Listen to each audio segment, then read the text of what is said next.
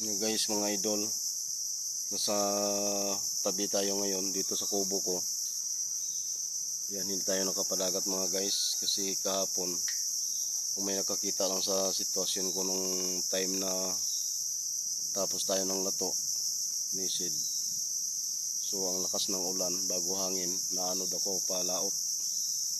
Kaya kung may nagabidyo lang, may nakakita lang sa sitwasyon talagang parang fun. Kaya ito mga guys, yung balikat ko talaga sa halip na okay na din sana. Hindi nga nagkamali ang sinabi ko na baka ang practice natin, napaandar natin nung natuto na tayo nakuha na natin ang timing.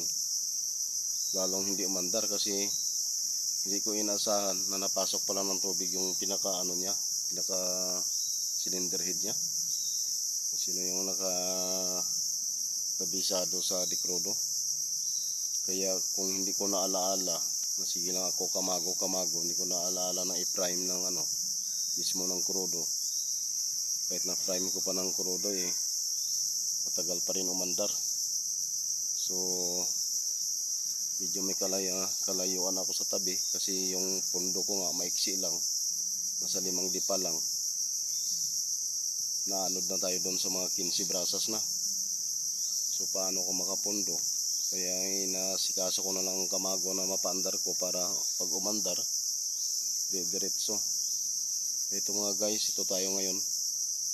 Nasa tabi lang ako at magpapahinga-hinga muna. Bukas kung medyo maganda na kondisyon ng balikat ko, saka balik na naman tayo sa dagat. Pagkatapos mga guys, baka magtaka kayo na nahinto yung ating pagpupos ng mga herbal, no? So may time talaga na dadako tayo dyan. Kaso nga nakapokus tayo sa hanap buhay natin kasi walang wala na talaga mga idol, walang wala na talaga. Kaya focus muna tayo sa hanap buhay. Kaya itong ginagawa ko, hinalo-halo ko na lang, no? Pag may time, pupos tayo ng herbal, saka focus tayo sa hanap buhay at kung ano-ano pang magawa natin.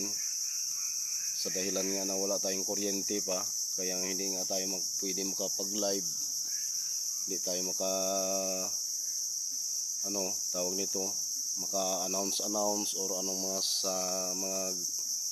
iba pa nating mga pagko-content. Kaya sabi ko baka matambay yung mga gagamit ko dyan, baka magkanda-stack up.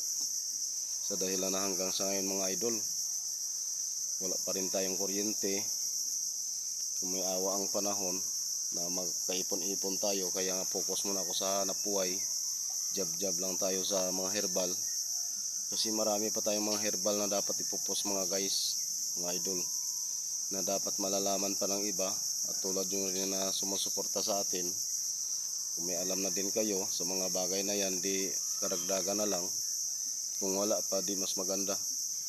Yung mga idol, baka magtaka kayo na at dyan sa hindi pa kabisado, baka magtaka sila na halo-halo yung pagkukontent natin. Siyempre, sinabi ko nga, bilanggit ko nga sa mga iba pa nating mga content na all around tayo mga guys, no?